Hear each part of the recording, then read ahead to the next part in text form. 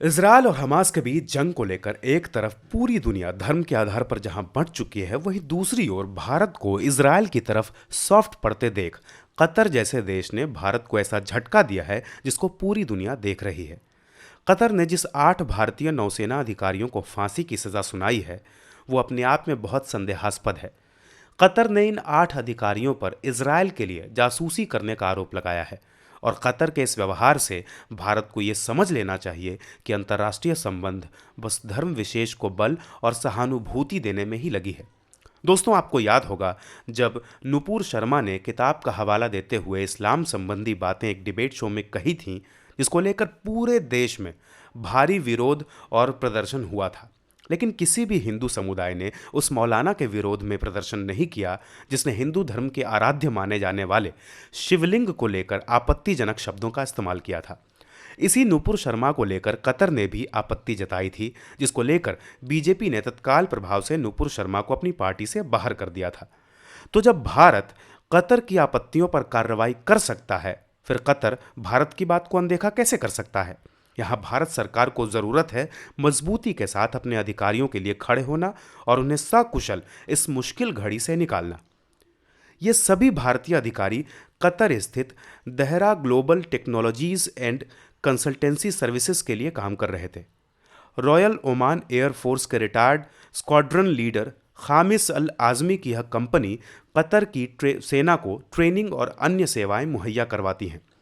भारतीय नौसेना अधिकारियों के साथ आजमी को 20 अगस्त 2022 को गिरफ्तार कर लिया गया था, लेकिन आजमी को नवंबर 2022 में रिहा कर दिया गया।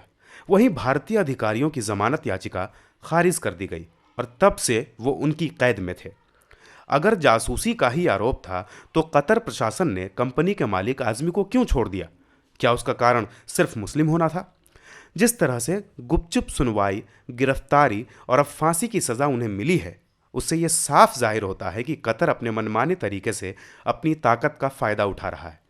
यहां भारत सरकार को इस बात का विरोध करना चाहिए और जो भी संभव कदम हो वो उठाने चाहिए। भारत सरकार के पास मुख्यतः 3 रास्ते हैं जिससे वो अपने अधिकारियों को सकुशल इस मुसीबत की घड़ी से निकाल सकता है। पहला है, कतर की जिस अदालत ने बेहद गोपनीय ढंग से इस मामले की सुनवाई की और फैसला दिया, उसे इंटरनेशनल कोर्ट ऑफ जस्टिस में चैलेंज किया जा सकता है। ठीक वैसे ही जैसे कुलभूषण जाधव के मामले में पाकिस्तानी मिलिट्री कोर्ट के फैसले को चुनौती दी गई थी, भारत को यहां इंटरनेशनल कोर्ट ऑफ जस्टिस से राहत भी मिली थी। दूसरा है, इस मामले में भारत अपनी कूटनीति का फायदा उठा सकता है।